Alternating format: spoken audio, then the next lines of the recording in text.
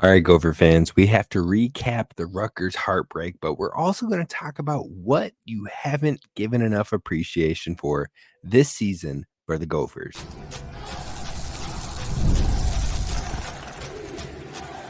You are Locked On Golden Gophers, your daily podcast on the Minnesota Golden Gophers, part of the Locked On Podcast Network, your team every day. What up, Gopher fans? You're listening to Locked On Golden Gophers, part of the Locked On Podcast Network, your team every day. My name's Kane Rob, host of the podcast, former collegiate football video coordinator and recruiting assistant, here to talk Golden Gophers with you each and every day of the week. And we are talking about the Rutgers collapse that Minnesota had in their 26-19 loss to end the 4-game winning streak. I thought they were going to have it in the bag. I thought that they were going to make it 5 straight, but they ultimately ended up having another one of those games where you're just like, really? This is the one we're going to drop? But we're going to dive into all that. We're going to talk about what went wrong, and we're also going to cover appreciating the good that has come from this Gophers 2024 season. And finally, 3 players we need to step up big time next week if we want to have any shot at all against Penn State. So if you enjoy listening to Gophers daily content, be sure to hit subscribe over on YouTube and join the community. Join a part of the everydayers. I appreciate each and every one of you tapping in each and every single day. And we're going to dive into what went wrong in this game. All right, so first off, with this Rutgers versus Minnesota game, the game started out hot for both teams. Minnesota's forced a turnover on downs on the first drive of the game. Then they score a touchdown on their first offensive drive. Then Rutgers responds with an Athan Kaliakmanis touchdown pass. The Minnesota goes down and gets a field goal. And then Rutgers goes and scores another touchdown by Athan Kaliakmanis to take a 14-9 lead in the second quarter. So it was like one defensive stop, and then it was like bang, bang, bang, bang, bang. Shots left and right. And I was like, man, this game is going to be a big one. All of a sudden, it slowed down after that second Rutgers touchdown all the way through the rest of the first half.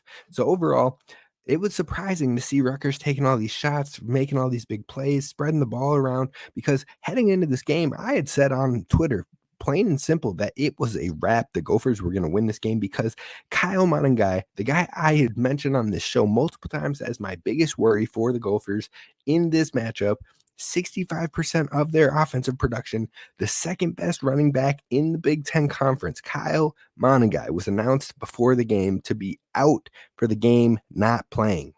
You'd think, oh, yeah, we got it in the bag. It's a wrap. This is a done deal. The Gophers absolutely need to win this game. And they found a way to drop the ball, to fumble the bag, to break the streak. And it just seems like this happens every single year. I don't have to bring up Bowling Green. I don't have to bring up Illinois. I don't have to bring up Purdue at times. It's just, it feels like there's always one or two of those games. And I thought maybe we got out of the way early. Maybe UNC was that game.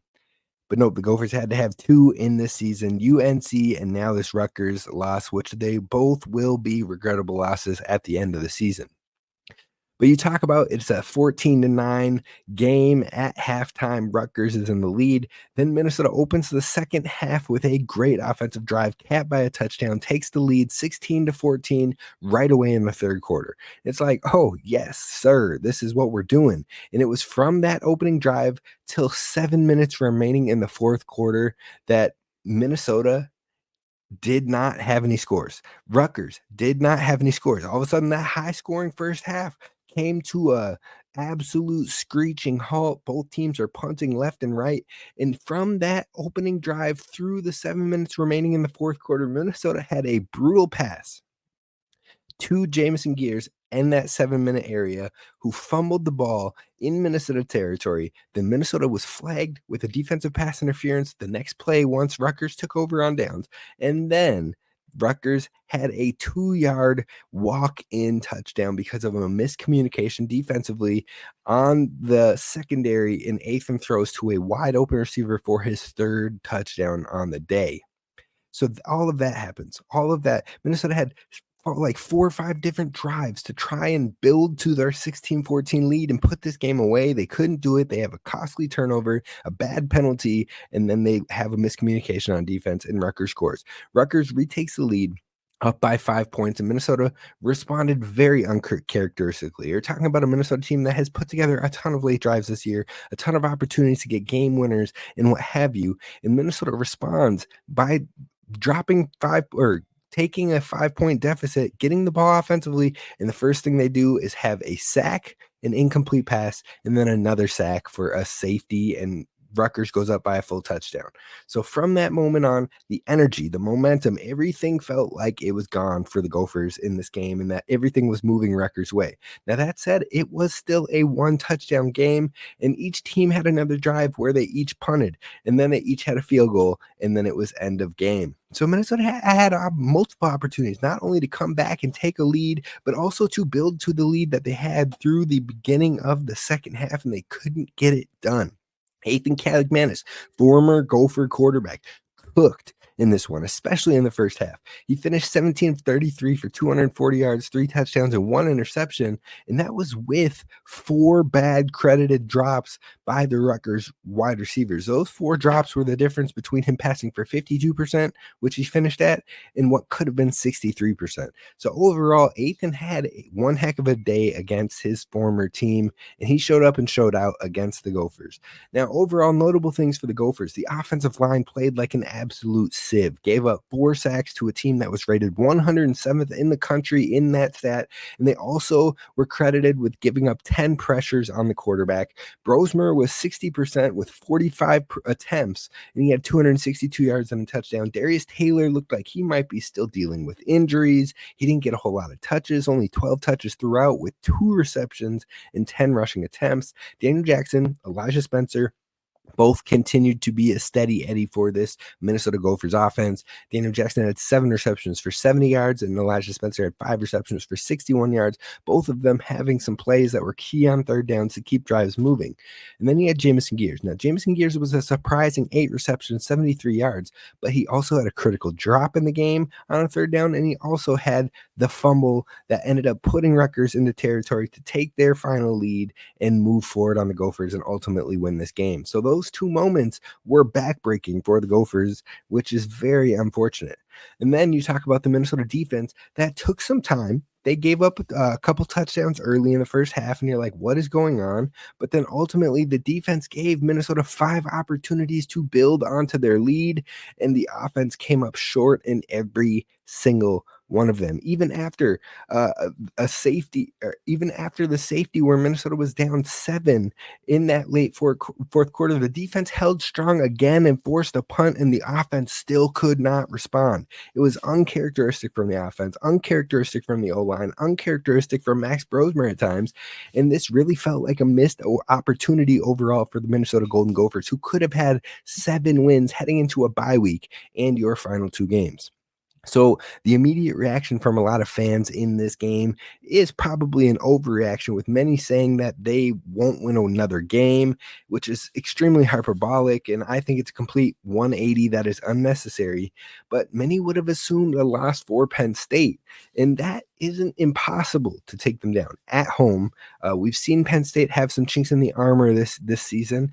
They almost lost to USC. They almost lost to there was another team of note. I think it might have been, no, I don't think it was Washington. There was one other team that really gave Penn State a scare, and then they did lose to Ohio State ultimately as well. So Penn State can be had, but it's going to take an all-around effort like we saw in the Maryland game for homecoming. So if you responded with wins against Penn State and Wisconsin, it likely would have been the expected result of the season if you did beat Rutgers, because you would hope to beat Rutgers and then hopefully beat Wisconsin. But overall, there's a unique opportunity in front of Minnesota moving forward. Now, regardless, I think that Gophers-Badger game could be a toss-up and could be a redeeming moment of the season, taking the Axe back, getting 7 wins in the regular season. Wisconsin likely is going to lose to Oregon this week, and they sit at 5-5 then. From there, they play Nebraska on the road, which could be a crapshoot, and if they lose that game, it would be 4 straight losses heading into the Minnesota matchup, which is at home for Wisconsin, but also it would have their bowl eligibility on the line, similar to what the Gophers had last season playing the Badgers. So you could take revenge, you could take the Axe back, you could beat them at home, you could take away their bowl eligibility, and that, my friends, would be a great close to the season. But I do want to talk about what has gone right for this Gophers team on the season. What could be overlooked by fans coming off of a big loss, and maybe we need to be more thankful for. We're going to talk about that coming up next. First, we're going to talk about our friends over at Roy, because Gophers fans, listen up. You need to download the Roy app. You have heard us talk about Roy this season and how they're revolutionizing the NIL industry. Roy allows you, I'm talking to you, the listener right here, right now, the fan, to have a say in who gets the NIL money. And here's what I absolutely love about Roy. You get your money back if the player transfers. So Roy is helping us keep our team intact, and it's actually good for the game long term. So overall, you got to look at Anthony Smith over these last 2 games. He's had huge tackles for loss, huge sacks, huge pressures on the quarterback. He's really coming into his own and making a case for a future NFL stud on this Gophers roster. Well, you can show your support for Anthony Smith by depositing a little appreciation onto that player's account. To do that, download the Roy app. You can see what the logo looks like if you're watching on YouTube, or just go to joinroy.com. Now let's get the spotlight. Roy Locked On Player of the Week is Anthony Smith. Like I had said, with his big sack in this Rutgers matchup, we're going to throw some money onto his account for Roy. Every contribution counts, $10, $20. It all adds up, and it's going to help your favorite players stay here in Dinkytown. So join me and show some love for Anthony Smith. Download the Roy app or go to joinroy.com today. Use promo code LOCKEDON, and every athlete from every team is there. No purchase necessary. Void where prohibited, and go to joinroy.com for full terms. Roy, support players and change the game.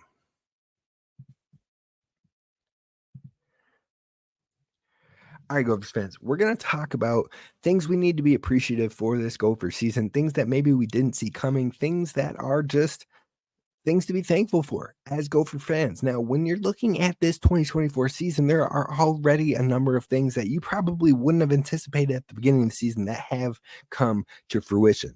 Now, we have had some awesome quarterback play. We're talking about a quarterback that I believe I tweeted it out today. He is currently sitting at some good, impressive statistics when it comes to passing, not only for the Big Ten, but for the entire nation. Let me pull up some of those numbers for you real quick. So Max Brosmer currently sits at a PFF overall grade of an 87.0. That is 14th for quarterbacks in the entire FBS. On top of that, his passing grade is 86.7, which is 10th among quarterbacks in the FBS. Then you look at passing yards overall, he has 2,251 pass yards, which is 32nd in the nation for FBS quarterbacks. And then his completion percentage is 67.1%, which is good for 19th in the FBS. So overall, Max Brosmer has lived up to his name and then some. He has lived up to the hype. He has been stepping in seamlessly from the FCS to the FBS to a power conference school. And Max Brosmer has been the real deal. He's been the truth. And not only that, but he's been helping those younger quarterbacks like Drake Lindsey grow in the background too, and hopefully be able to continue this momentum that we're seeing from our quarterback play. Now, on top of that, we got to see a 4-game win streak. It should have been 5, maybe even could have been 6, depending on that Michigan result. But regardless, we did get 4 in there to keep our season alive. A lot of people, after those first 3 games, we got 2 wins. We lost to North Carolina. We're sitting at 2-1. And then you lose to Iowa. You lose to Michigan. A lot of people are all of a sudden like, look, we might not win a game the rest of the season. There were a lot of folks that were saying that. And then the Gophers go on to rattle off 4 straight wins. USC, UCLA, Maryland, Illinois, 2 of those teams being ranked, 1 of those ranked opponents being on the road, and the Gophers found a way to get it done. So overall, you got to be appreciative for the win streak. And in every game of the season so far, actually 9 of the 10 games in this season so far, they have been competitive ball games, either wins or competitive ball games. So either the Gophers have been on a big victory versus Maryland versus Nevada versus Rhode Island, or you've had competitive games down to the wire, UNC, Michigan, USC, UCLA, Illinois. All of those games, the Gophers had a real shot at winning. So overall, we have watched some good football. We have watched some quality football. We have watched a team that could be we have 6 wins right now. We could have 8 wins on the season. Now we could also have 4. Things could have went wrong, but luckily the Gophers are sitting at 6 wins right now, and they can still build upon that.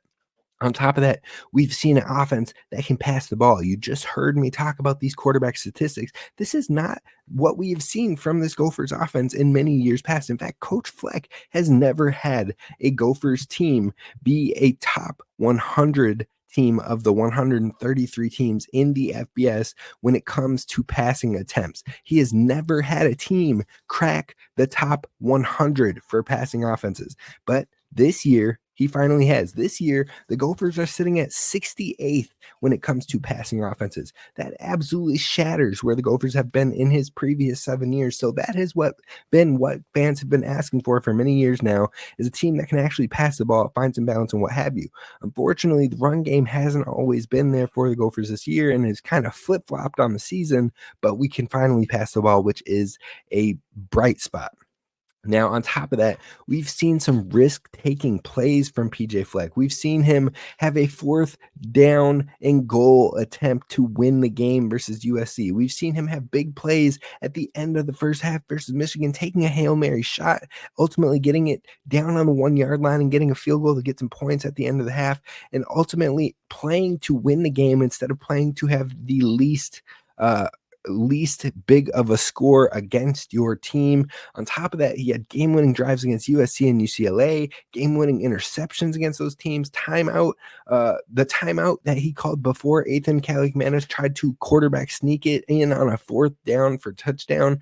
A great timeout call there. There's been moments where he's had some really clutch timeouts, some really clutch calls when it comes to, we're going to punt this one, we're going to use our timeout smartly, we're going to get the ball back. Coach Fleck has played a lot of the style of coaching that we haven't seen from him in quite some time, and it's been very much appreciated. So we got to shout that out as well. On top of that, this team is bowl eligible again. They will be going to a bowl game. They've beaten 2 ranked opponents. The defense is playing like a top 15 unit all season so far consistently. The emergence of Coy Parrish and Kerry Brown, both who are semifinalists for the Sean Alexander Freshman of the Year award, the only school in the entire country that has 2 semifinalists on that list, and the semifinalists has 14. So we have 2 of the 14 players on that Freshman of the Year list. That just tells you the upside that can be had on this Gophers for the team for the future as well. We also have a wide receiver who cracked into the top 5 in program history in Daniel Jackson, and he'll likely move into at least 4th place before the season is said and done. And then Darius Taylor's involvement in the pass game. He is showing he is one of the best dual threat weapons in the country, especially when healthy. And so that's the only thing. If he can stay healthy for a full season, he could put up some monstrous numbers. So those are all positives on the season that I just feel like a lot of people are forgetting due to a loss, due to the most recent result of this Gophers team. But this Gophers team has had fight. This Gophers team has shown some fire. And overall, I just appreciate what we have seen for a majority of this Gophers team. I would love to see a win against North Carolina on the field goal. I would love to see a win against Rutgers. And then you're talking about an 8-win team so far on the season. But overall, this Gophers team has done a lot of positive things as well. And there's still things that can be done to improve upon that. You can add an axe win. You can add a winning season if you can get a win in these next 2 games. You can keep your bowl winning streak going when we get to the bowl season. And on top of that, you're probably going to have multiple NFL draft picks, including a potential 1st rounder. So this Gophers team, it's done a lot. It's been impressive. And yes, there's been some downfalls. Yes, there's been some hiccups. Yes, there's been some bad moments. But overall, when you take into consideration all that has went right and what you could add to it, and this is a team that most national analysts and outside voices were writing this team off. Vegas had their wins sitting at 4.5 on the season. Many Gophers fans themselves, mainly pessimistic ones, had Minnesota getting destroyed this season, and many were saying their schedule was harder than the year prior. So yes, it is fair to be disappointed by another year of multiple letdown games like North Carolina and Rutgers, but it also where it felt like Minnesota should have won the game and had the opportunity to win, but you can also take appreciation that this wasn't a lost season. This wasn't a losing season. This could have set the program back for years if they ended up in the bottom of the Big Ten. But right now, Minnesota has a chance to finish as a top 7 team in the conference in the Big Ten, in the new Big Ten of 18 teams. And that would be huge for the program, but also help this team moving forward in the right direction. So I had to shout out some positives when everything feels so up in the air after a bad loss, but we still have opportunities to keep on building on this one. Now, the final thing we're going to talk about on today's show is players we need to step up to have any shot versus Penn State. I'm going to list 3 of those coming up next to close out today's show. All right, Gophers fans, let's talk about our friends over at FanDuel, because get ready to tackle the NFL action with FanDuel, America's #1 sportsbook, because right now new customers can bet $5 and get $150 in bonus bets if you win. So go out there and take your best bet. $5 only, and you get $150 in bonus bets if you win. That's FanDuel Sportsbook app, gives you everything you need to place live bets on the NFL all in one place. So when you get a hunch in the middle of the game, you can check out the latest stats, view the live play-by-play, and so much more on the same page where you can place your bets. Just visit FanDuel.com to join today. You'll get started with $150 in bonus bets if you win your first $5 bet. That's FanDuel.com. Never waste a hunch and make every moment more with FanDuel, official sportsbook partner of the NFL and of Locked On. All right, Gophers fans, we are wrapping up today's show talking about players we need to step up versus Penn State, which doesn't happen this weekend. We have a bye week. We have extra prep time, which is great. But we play Penn State next week at home for the final home game of the season. And there are 3 players we need to absolutely go to ballistic if we want to have any shot at winning that game. Now, the first one is our best player on the team, in my opinion, and that is Darius Taylor. We need our best offensive player, our best player overall at his best in order to have any chance versus a top 10 ranked team in the country. Now, he's had a rough go rushing last week. He also had no real looks or targets in the pass game that much, and there were questions on if he was even healthy fully for the game. It looked like he was limping at one point. The announcer called that out. Now, he's going to have 2 full weeks before he has to play Penn State. And we're going to need him to be at 100%. So he needs all the rehab. He needs all the treatment. He needs all the relaxation, whatever it takes to get Darius Taylor to 100%, 110%. This Gophers team needs to do it, because if he is not, this team has almost 0 chance at beating Penn State. But if Darius Taylor is a 100% go and can be that dual threat that we know he can be, well, then maybe we have a chance. And it also helps him get towards 1,000 rushing yards on the season. With 3 games remaining for the Gophers at minimum, he's going to need to average around 100 yards in across those 3 games in order to crack that 1K. And I think he can do it. And I'm hoping he will. So Darius Taylor is the #1 player we need to step up to have any shot versus Penn State. The #2 player is probably one of the lead players on our defense, and that is Ja Joyner. This is one of our best defensive players, one of our defensive leaders, but he was somewhat absent in that Rutgers matchup where we really needed pressure on the quarterback. And he had 2 total pressures in that game and 2 total tackles in that game. It definitely feels like it's been an all or nothing season for Ja Joyner as of late. Either he is absolutely balling, he's putting on a ton of pressure, he's getting sacks, and he's really disrupting, or he feels like a non-factor at times. So overall, we need the best of the best for Ja Joyner, not only in this Penn State game, especially in this Penn State game, but for the rest of the season in order to be at our best. He is an NFL level player, plain and simple, and this team needs more from him in order to win more games. Now, my biggest question is it potentially because the D line has been a little bit more shallow on the season, meaning more snaps for him and the other defensive linemen, meaning more gassing out, meaning more tired play, meaning not getting to the quarterback as fast? Could that be what is causing more of a roller coaster up and down season of production, or is there more at hand? I think overall, Ja Joyner is a guy, a dude, a stud, and he can close out really strong, and I'm hoping he does, especially against Penn State. And then the final one might be a surprise for you, but it's specifically for this Penn State game. And that's Devin Williams, the linebacker for the Gophers. He had 32 snaps versus Rutgers with 3 credited missed tackles. We can't have that moving forward, especially not against Penn State. If he's going to be rotating snaps with Maverick Baranowski like he was last game, then he needs to make sure that the energy and the sure tackling carries over when each of them switch on and off the field. On top of that, he should be better in pass coverage than Maverick Baranowski, but the difference between the two was very slight in the last game. So he's got to step it up. He's got to bring his best. He's got to bring more of the speed, the pass coverage, and the potential options to blitz with him into this next Penn State matchup in order to hopefully throw Drew Aller off, especially because their number one player is their tight end and Tyler Warren. And I could see Devin Williams having some matchups against Tyler Warren, depending on which formations are out there for the defense. And if that happens, he is going to have to be on his game and then some, because Tyler Warren is no joke. So overall, those are the 3 players I think Minnesota needs to step up for any shot of a win versus Penn State in the final home game at Huntington Bank Stadium. Not this upcoming Saturday, but this following Saturday after that. I will see you there. Now, later this week, we're also going to talk about recruiting updates. We're going to catch up with some Gophers hoops. So we're going to talk with Tristyn Spann-Ford, hopefully, and then we're going to talk about our thoughts on the core of 2025. So be sure to hit subscribe. Be sure to follow along. Be sure to hit like on YouTube so others can find the video as well. But I appreciate you for listening.